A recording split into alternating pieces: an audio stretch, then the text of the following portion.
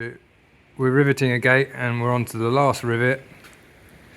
There's all these ones that we've done. So, oh sorry, no, that's the last one we're doing. All these ones that we've done throughout the gate, blah blah blah. Here's the, on the underside, the rivet bolster. And under there is the preformed rivet head, which is going to sit in the bolster.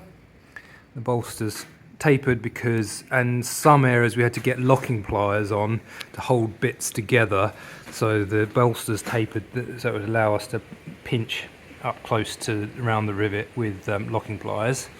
So I'll put this in the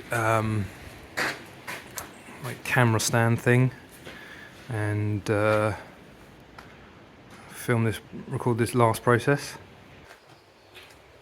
Alright, let's get this seated into the